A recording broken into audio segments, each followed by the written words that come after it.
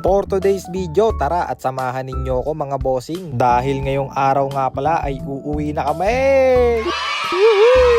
Ari sadya ang isa sa pinakamasarap sa pakiramdam sa amin bilang isang seafarer ang uwian time. Lalo na kung ang iyong kontrata ay inabot ng 8 to 10 months.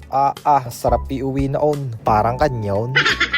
Ayan, dini nga pala kumain muna kami ng isang masarapan kasama ang ating mga tropa habang naghihintay ng aming service na maghahatid sa amin papuntang airport. At dahil tayo busog na, dini muna tayo sa Gedli mga bossing. Are nga palang aking katabi dini ay si Chef Abel at si Chef Alvin. Tapos yung nasa una si Chef Jomar. Malulupit yung mga yan mga bossing. Napakadami nating natutunan sa kanila. Actually, lahat naman ng mga chef na nakilala natin dito sa River Cruise Ship ay napakalulupit sadya mga bossing. Talaga namang hindi ka papabayaan sa kahit anumang digmaan. Kaya thankful tayo dahil sila yung mga nakasama natin ngayong kontrata. Maya-maya ngang kaunti, isa-isa na rin na maalam ang iba pa nating mga kasamahan din sa barko. Dahil ari nga, matapos ang matagal-tagal na paghihintay ay ari na dumating na ang aming service. At sa wakas, kami on the way na papuntang airport mga bossing. Unang biyahe nga pala namin ngayon ay mula dine sa Vienna, Austria, going to Doha, Qatar. Agad ko na nga din palang tinimbang yung aking luggage dito para sigurado, parang champurado.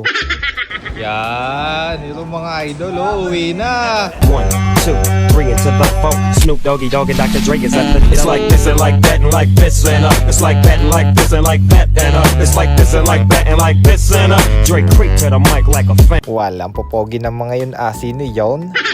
Dumaan na nga din pala muna kami dine sa Burger King habang naghihintay ng aming check-in. Medyo epic fail pa nga nangyari dine mga bossing. Dahil akala namin kapag nag-online check-in ka dine ay walang pila. Sabay biglang garne ang bumungad sa amin. Ang haba ng pila ay walang jowa. Aray ko! Sa Pinas kasi mga bossing, kapag nag-online check-in, minsan 2 hanggang 10 lang yung pila. Talaga namang napakabilis. Abay dine pala sa ibang bansa ay napakahilig din nila mag-online check-in. Pero ganun pa man, okay pa din. Hindi naman naalis ang eroplano hanggat wala ang cute.